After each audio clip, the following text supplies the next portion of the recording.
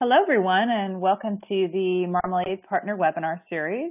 I'm Steph Jorgel, Head of Americas for Marmalade, and I'll be your host for this series. The Marmalade Partner Webinar Series is designed to share thought leadership, trends, and tips around the services and integrations that work with the Marmalade cross-platform game development SDK and features partners like Flurry, Fortuno has offers, Payment Wall, Game House, and others. We'll start off today with 45 minutes of presentation, followed by 15 minutes of Q&A. Feel free to post your questions during the presentation in the lower left part of the screen. We'll address these questions just following the presentation. Today's guest speaker is Bob Hubel, developer evangelist for Haptics at Immersion, who's going to explain how to spice up your Haptics games effects. Bob, are you there? I'm here, and I'm ready to go. Thanks for joining us. All right. Thank you very much, Steph. I'm going to start here with just a little bit of agenda so you know what we're going to run through. People out there may not know too much about Immersion, so I'm going to give a little bit of background on that.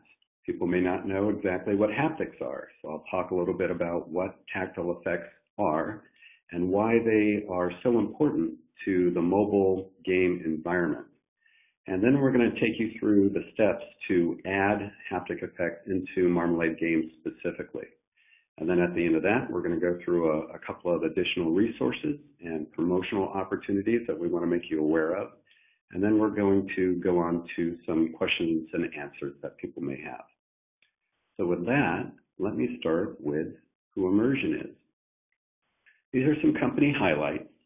We have been around in the gaming space for over 20 years. We got our start with console and PC gaming, and we license what's known as force feedback or tactile feedback effects, rumble effects, to OEM partners like Sony.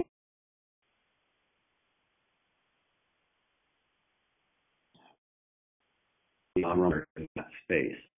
In 2003, we started looking at the mobile market and how can we bring that same sort of rumble experience into the gaming content that is on your phone or now in your tablet. So basically any device out there, mobile device, that has a motor in it, we can control the vibration in that motor just like we can for console and PC gaming. So we've been doing this for 20 years. We have patents all around the field of haptics.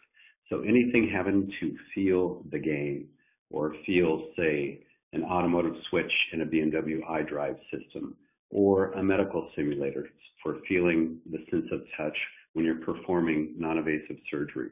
We have patents all along those lines. And we work with the developer community and the OEMs to bring this type of technology to consumer-grade goods that people can buy. And we support our OEM partners in the EU, in Korea, in China, Japan, Taiwan, across the world for making those products. We don't actually make products.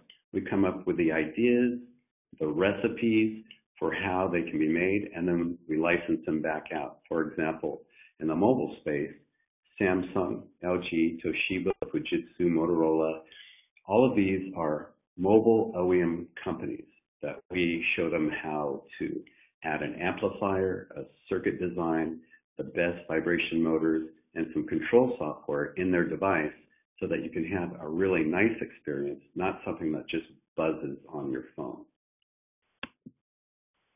These are some products that we have been a part of. A lot of them you see here are mobile products from Samsung, but also LG and Motorola, and you see gaming products as well. You see some automotive products.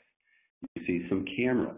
So anywhere there is a touch interface that we can give a confirmation of input or some content like a game that we can make more realistic, that's where we work. Now say hello to our little friend here, Homunculus. This is what I like to consider when I think of who our mobile user really is. Now, this is a representation of how much our cerebral cortex is used to process our sense of touch across different parts of our body. And what you'll notice right away is how much processing our sense of touch is done through our hands specifically. And this is why touch feedback or force feedback design is so critical to touchscreen interfaces and specifically to the mobile user experience. Our sense of touch is how we perceive the world around us, including virtual mobile screen environments for applications and games. Now, you see here, this guy's lips are big as well, but we don't really control our touchscreens or our phones with our lips. So the hands, if we can focus on haptics into your hands when you're holding a device for the gaming platform, you're really going to be able to give a greater connection, a greater sense of realism to the experience. And we'll talk more about this.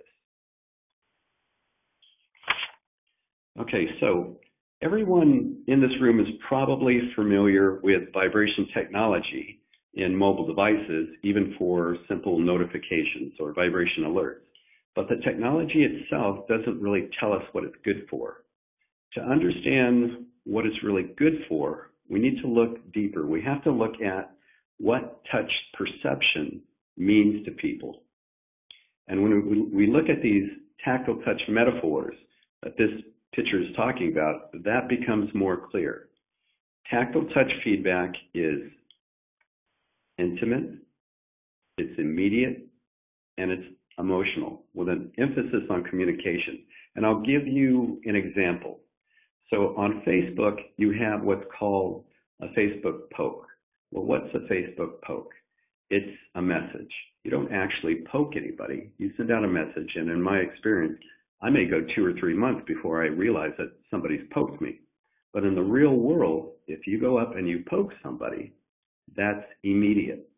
And it's intimate. You're in their space. You cross that personal line by touching somebody. And it's also an emotional response, a poke. So think about these metaphors of touch and go, hold your own, get a grip, itching to go. These are all tactile metaphors. And what we find is that our other sensory metaphors of sight and sound, they're not as emotional and immediate or intimate as our touch metaphors are. Our touch metaphors, they express subtleties of feeling and attitude that can convey an experience to gamers that you can't get through your audio or visual cues alone. Now, take a look at these shots here, these advertising billboards that we've got. The digital media is trying to make up for the lost sense of touch through detailed images, and that's what you see here. But they also try to do it in video as well. But in order to have the greatest possible meaning to us as consumers, these images have to also appeal to our sense of touch, as you see here. Now you see on the Heineken side, it looks like a hand is trying to reach through the promotion and grab that beer.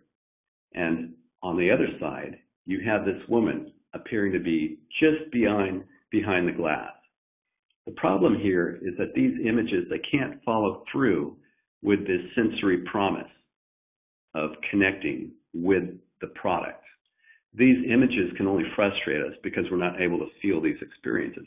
And that's actually what they want in these ads. They want to frustrate you to the point where, well, I need to go out and get that beer so I can grab it. And I need to put on that cologne so that girl will come through that glass and talk to me. So that's what they're trying to do here on the billboard. But for digital media that's on your device to take on true meaning of physical aspects of our lives, we have to build convincing tactile feedback experiences. It's not really enough to have images like this in our hands that we can't feel. So for mobile devices that are becoming more and more our primary mode of consuming digital media and games, this is very important. How many times have you looked around you and seen people staring into their mobile devices, either looking at YouTube videos, reading an ad or a message, chatting? They're locked into those devices without any tactile response. They are disconnected from society. And I'm going to paraphrase what Constance Classen said. She says, "We live in a society of the image, in which there's often nothing actually there to feel.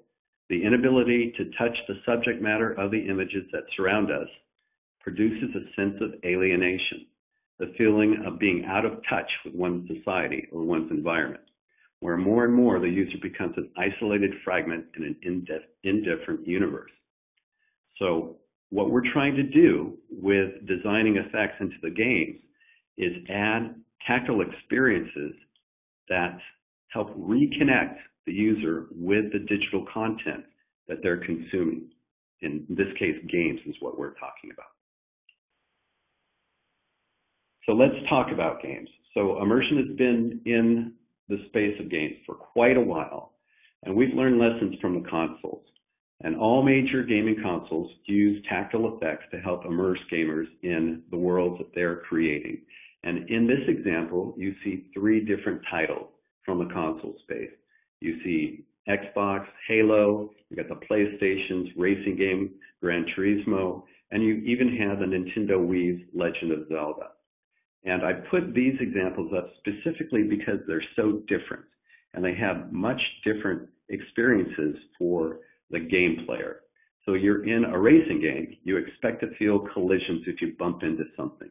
You expect to feel some acceleration, or if you go over a power-up or you do a nitro boost, you expect to feel that.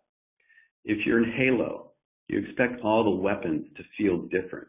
If you whack somebody over the head, if you pistol whip them, it's going to feel different than if you're using a machine gun or throwing a grenade and feeling an explosion. In The Legend of Zelda, you could feel the galloping of your horse. You could feel when you have a fish caught on your fishing line. You can feel when you're drawing back a bow and arrow. All of these are completely different experiences, but they're all connected as tactile effects, trying to give the virtual world in these games deeper meaning and a better connection, a more intimate, immediate connection to the users playing the game. These are some examples of mobile games that are using our predefined vibration effects for mobile right now. So what you see here are a racing game, just like you might be playing on a console, and that's from HeroCraft. You see Sonic CD, being able to feel Sonic racing through his maze to get to the end gate. You see Rockstar's Grand Theft Auto, and they also have Grand Theft Auto 3, they've got Vice City, they've got San Andreas. All of these are available on Android, where you can feel that experience. Every weapon feels different. You get in and out of the car, you feel that. You feel collisions in the car.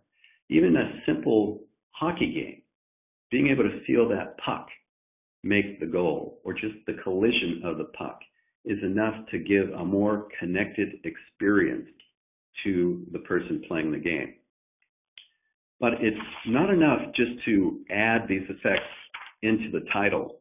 You have to do your part as a developer as well to differentiate your game, to tell the people that are consuming your product that your game is different. Your game has some feeling to it. So be sure to tell the gamers that your game has some tactile effects in it that literally let them feel the game, just like a console gaming experience. And you might even describe an effect or two in your specific game that they're going to be able to feel. Because there are so many titles out there, so many games. Every little edge that you can have to differentiate your game from others is going to help. All right, so let's get into how you can add these tactile effects, these feelings, into Marmalade games. Immersion has created a plugin specifically for Marmalade. It's free, that you can download from our website, immersion.com/haptic/plugins. And you see over there on the left-hand side, we have a quick start guide. And I'll point you to the link for the quick start guide as too. That takes you through these same steps that I'm going through here. This is probably the simplest API you're ever going to use. So the first thing that you want to do is get the plugin from our website. Once you have the plugin file, you want to put a library name in the .mkb config file. You also want to have an include for S3E UHL. UHL, just so you know, stands for Universal Haptics Library. So this is, and I'll explain why we call it universal here in a couple of slides, but you want to include that in your source files. And in order to trigger the effects that are within the library, you're going to want to call methods to play and stop any of the 124 effects that are in the library, which I'll show you. So along with the library, we have a couple of design tools that are going to help you decide which tactile effects to use before you do any of the coding. We have two apps on the Google Play Store for developers. One is called Haptic Muse, and what Haptic Muse is, I'll show you a screenshot of that. It has gaming scenarios with sound and animations attached to the effects. So there are different categories. There is fighting, there's casino, there's casual sports, there's many different categories, and you can see, feel, and hear what effects feel like in that application. Then we also have the Haptic Effect Preview app, and that doesn't have sound or animations associated with the effects. They're just grouped in categories, so you can jump to a weapons category, or simple clicks, or textures, very subtle textures for drawing applications. Let's take a look at these. So this is the Haptic Effect Preview app. It has 124 pre-made tactile effects in categories. And you see the larger image there says single clicks, double clicks, triple clicks, buzz, ramp ups, ramps down. And if you click into any of those categories, they take you into the specific effects within those categories. So the smaller image there shows double clicks. And within the double clicks, you're going to have different strengths, different intensities of vibration, because we know that you don't want everything to be very strong. You might want it to be in the middle or subtle. So you can have an effect that's at 100% voltage, or at 66% voltage, or at 33% voltage. And this is important because our sense of touch is different from user to user. Yes, you can go ahead in your options and set for vibration to be able to be turned on and off like audio, but if it's as simple as this to pick from a list of effects, you might consider theming your game so that it has low, medium, and high sensations. Because we find that our sense of touch is different between men and women. We find it's different between young and old. For example, as we age, we lose certain frequencies of hearing in our ears. We also lose certain frequencies of touch in our hands as we age. There are also regional differences between the way we enjoy the sense of touch vibration specifically in different areas. For example, in Helsinki, in the northern European states, they tend to like the feeling to be subtle, whereas we find in Asia, the Asian market tends to like the effects stronger. So if you know this, and if you spend a couple more minutes adding in different options within your vibration settings, you're going to have a much greater appeal to the consumers out there. Start with some more defaults, but also think about the users that you're catering to. Okay, this is the Haptic Muse app that I talked about that has different scenarios, use cases. So you got Battlefield, Speedway, and these, as you go into them, will trigger animations with sound and specific effects from the library. And then you can click on the little Rolodex you see on the top right to go specifically to the full list of effects if you want to do them one by one. So we have two different possibilities here for previewing, getting ideas, getting the right feel for the effects for your game before you do any programming into your app. And this is important for rapid prototyping. You don't want to have to recompile your code over and over again. Say, I don't like the way that feels, compile. Let's try this one, compile. You want to be able to get very close by previewing in the preview apps and then drop an effect. And then it's just a matter of tweaking it a little stronger or a little weaker in your code. Makes it very quick for you. All right, so let's talk about the play and stop methods for the plugin that we have. So first, we want to instantiate an effect. So you see there, we've got our launcher that we're calling My Haptic, and then we're doing the launcher init. And the effect here that we have, you see sharp click 66.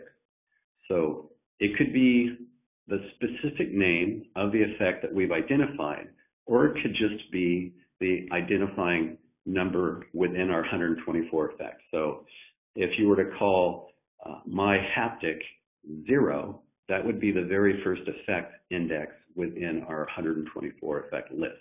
Or in the case of 0, that would be sharp click 100. So you can do it either way that way. For stopping, it's just a matter of very much like the play, only you have the stop and you put in the effect name for My Haptic. So very simple commands there. And you're usually going to be putting these effects in line where you're triggering audio. Because if you have a visual, an audio, and a haptic effect playing all at once, the sum is greater than any individual component. It really comes through well. But you want to make sure that your sound and your feeling, the haptic effect, are playing at about the same time. You don't want too much out of sync happening there. And this can be a problem with audio buffers. So if you find that your audio is playing later than your haptic effect, you might want to do a callback to check when your audio is playing back. So if you're checking, okay, no audio, no audio, no audio, oh, okay, audio is launched, then play My Haptic, sharp click, or whatever effect that you want to play, and you should be guaranteed that the haptic and the sound are playing together. I hope that makes sense. All right, so let's just talk quickly about some design principles. I've already talked about one here, but simple sensations are the most effective. You don't want to overwhelm the user. I'll give you an example. There's a game out there, it's a tile game, puzzle game, and the developer, as you drag your user drags their finger over the tiles, they can feel a confirmation as they drag over each tile. And it's very simple, a little tech, tech, tech as they move over those tiles. You didn't have to have a very big buzz, buzz, buzz going over them, just something very simple. And that's really all he had in his game. And it really makes to differentiate his puzzle game over others.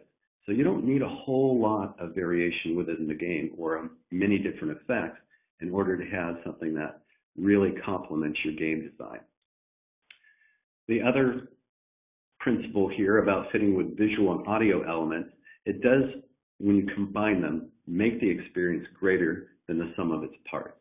So anytime you can find to add a haptic element with a complementing sound and visual element, it's going to be very nice. But also consider using haptics as an ambient characteristic. You don't necessarily have to tie it to a visual or audio event. You could have something like your player's health is low, and so you start a simple heartbeat effect to let the user know that his health is low. Okay, but that may be very much unassociated with audio-visual elements. All right, the next point here is bad to annoy, confuse, or overwhelm the user. In the case of music, sometimes we do want to do that. If you've got some headbanger music going on, something like that, you want a cacophony. But generally, you don't want too much going on with the vibration effects at one time. You want to play them out individually to a point where the user can differentiate the feeling, that they know what that feeling is being associated with, that it's not a bunch of events happening at once that might confuse the purpose of that feeling. They don't understand what that tactile effect was meant to represent. Okay, the steps to easily add haptics into Marmalade games. This is super easy stuff to do, as you've seen. So you really want to make sure to use the preview effect applications. So it makes it even easier to choose the effects. Out of everything that I hear from developers, the coding is so simple, but trying to choose which effect, what feeling to put in there, is where a developer may spend the bulk of his time. In the course of 2 hours of putting effects into their game, they may spend 30 minutes of that time specifically going back and forth between effects to choose. And like I said, it's good to give the user options for their vibration control. On and off is good, but if you can do better with your game design and give them low, medium, or high settings, that's even better. And the other side of this is don't link your vibration control specifically to your on and off control for your sound.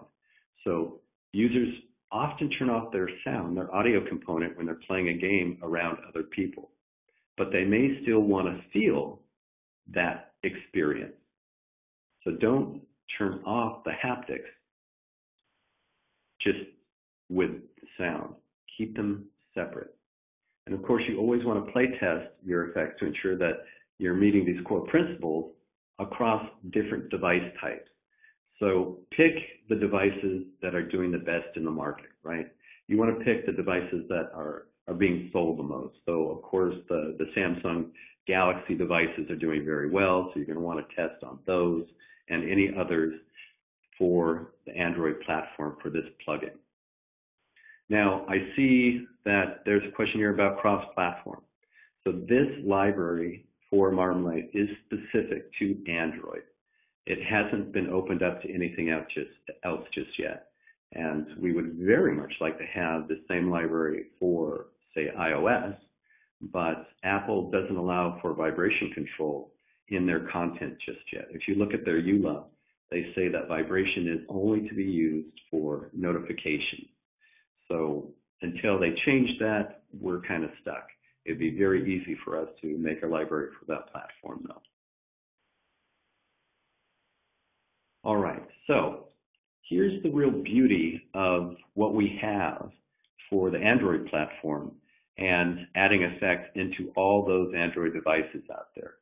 There are many, many Android manufacturers and so many different models of handsets out there, and they use different motors. Some have ERM motors, spinning mass motors. Some have linear resonant motors that vibrate up and down, kind of like a voice coil.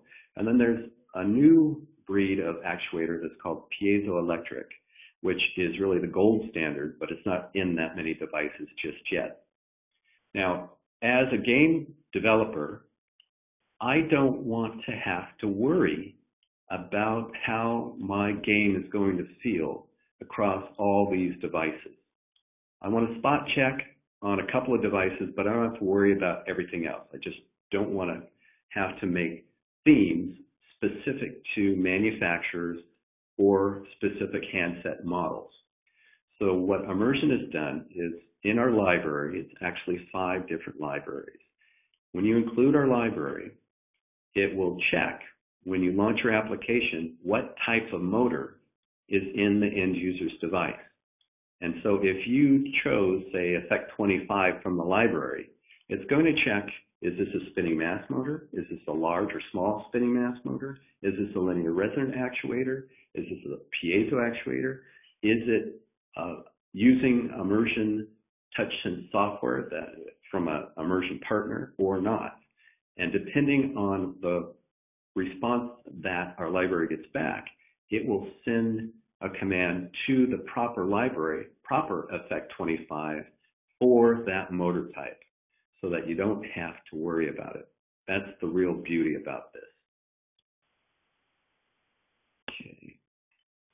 So let's go through and review how we add the haptic effects into Marmalade games again. So you need to put the include in each source file where you use haptic effects, all right? You see that include S3E UHL. And again, it's a universal haptic library because we're making it universal against all these different motor types that are out there in the market, so you don't have to worry about it. Now, for the haptic, you want to initialize the object to play on the S3E launcher. So you have that haptic equaling the S3E launcher init. And then from there, we are going to play an effect. In this case, I've put texture 1. That's at the far end of our list of effects that we have in the library.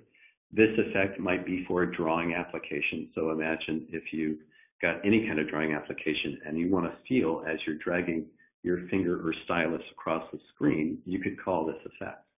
And then when the user lifts their finger or their stylus from the screen, you would want to stop that effect because this is what we call an effect that doesn't end. So you've got to actually end it yourself, all right? And there you see S3E launcher stop haptic, and that will stop the effect. Now this is important too because there are other features on the phone, specifically from the OEM, like Samsung or LG or Motorola. You may have, say, a phone call come in, and the phone has their own vibration mode. So you want to make sure that you stop what you're doing within your application and allow the manufacturer to use their vibrate permission. And they've got a better priority, a higher priority for vibration anyhow. But make sure that you do use the stop effect for effects playing in your application. And that's really it for the plugin itself. There's not a whole lot that you have to do. You get the library, you move it into your .mkb folder, you add the S3E UHL to the subproject in there. You need to have the include in the C source. You need to declare and initialize the object.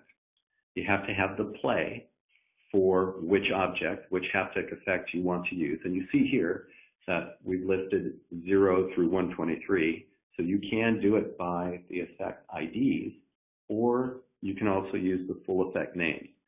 I recommend using the full effect names just because if you're going to go back later, it's not really intuitive to see, okay, I used effect 25. What the heck was that again? Or if you hand it off to somebody else in your team, they're not going to know what you were intending. So if you have the full effect name in there, it's much easier to track down and edit later. Okay, and then of course you want to use the effect preview app that's free on Google Play, or that Haptic Muse application to give you some ideas of what to trigger before you start doing the code itself. All right? And that is a super simple way to add haptic effects into your Marmalade projects.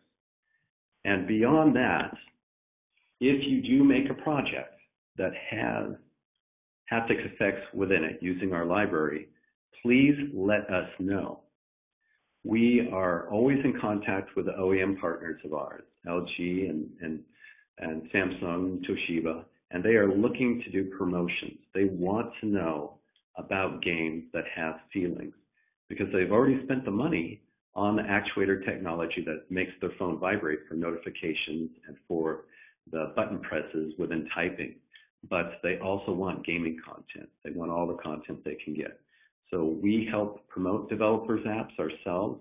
We blog about them. We do articles about them. We promote them at all the events we go to, like Pocket Gamer events, E3.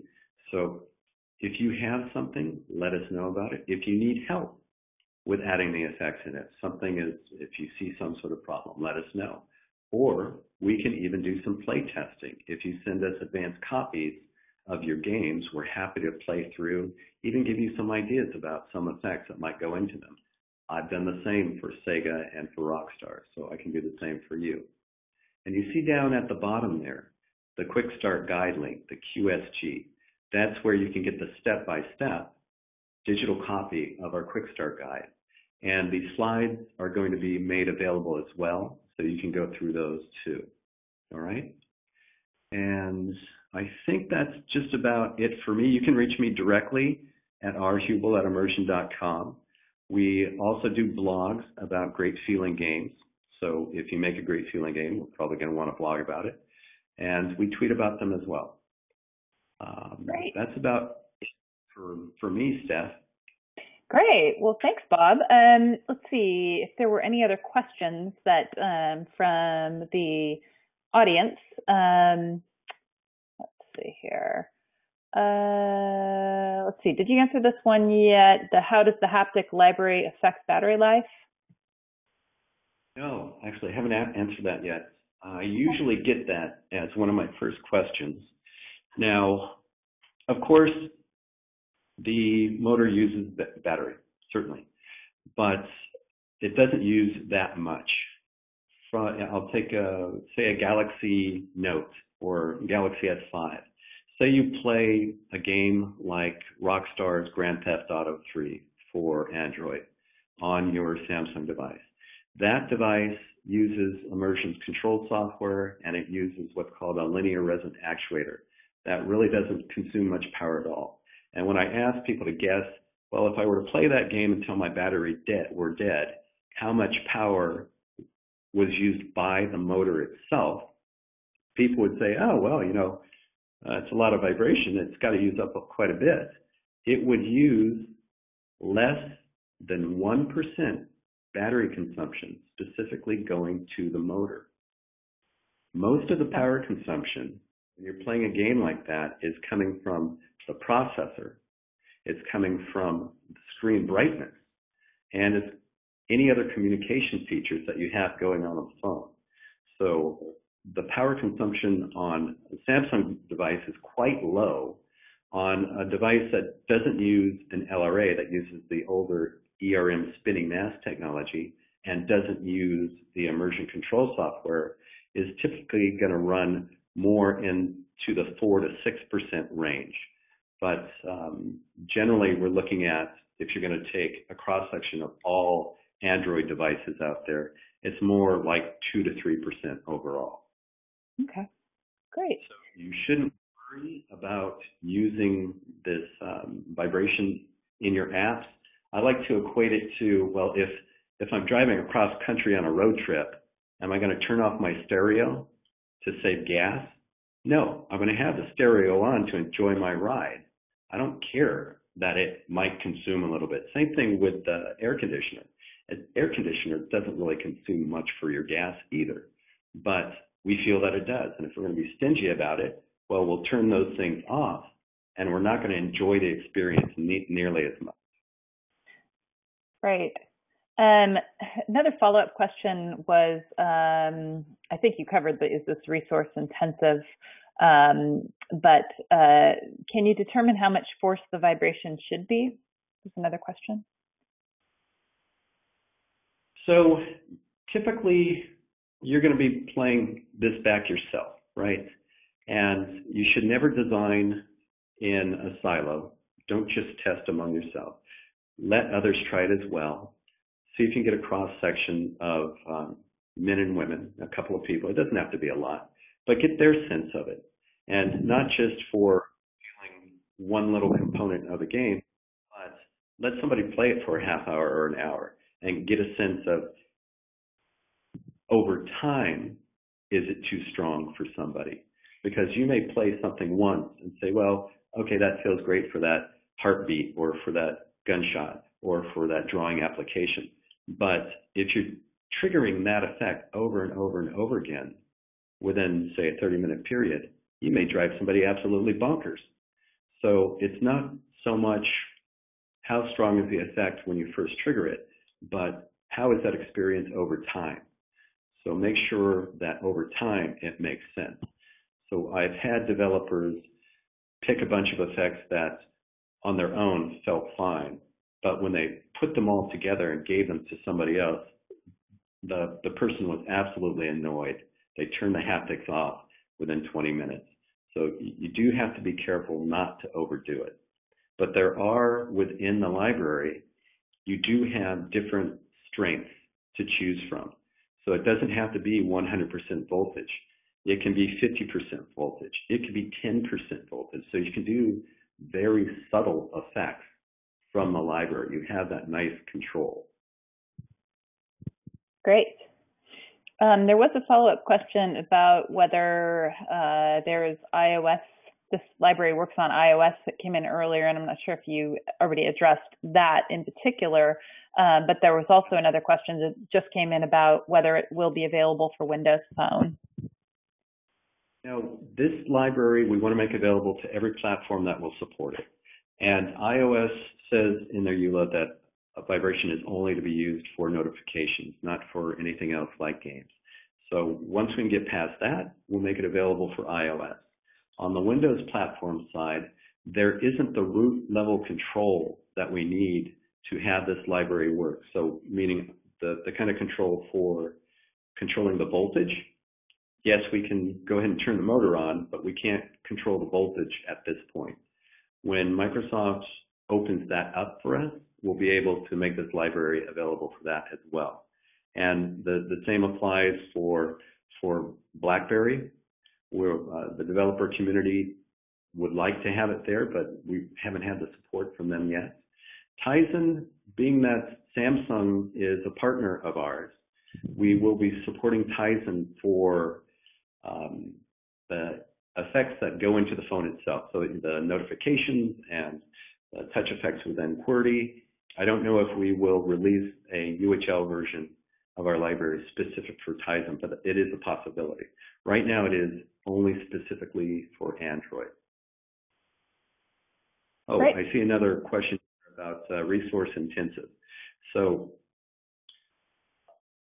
at the very onset of releasing this library, we tested it on a very intense game. It was a music game. This was, I think it was called Beats. And with this game, the notes would come down, they would fall down the screen, and you had to press the left, right, up, down buttons. And every time you did that, you would trigger an effect from our library. And if you got it wrong, you would trigger a different effect. So it got to be very intense. The game itself is very intense because you had streaming music, you had a lot of touch input, and you were triggering from our library. And it was fine for that game. We actually had to work out a couple of kinks because of that game that I think it was like 3 years ago it came out. But since then, it is not a resource hog at all.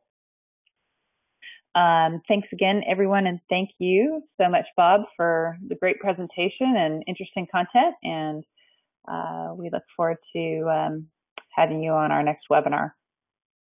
Great. Oh, you know, Steph, there's one element I don't think I touched on. And our library, even though it is 124 pre-made effects, sometimes people ask, well, can I modify them? Can I change them up in some way?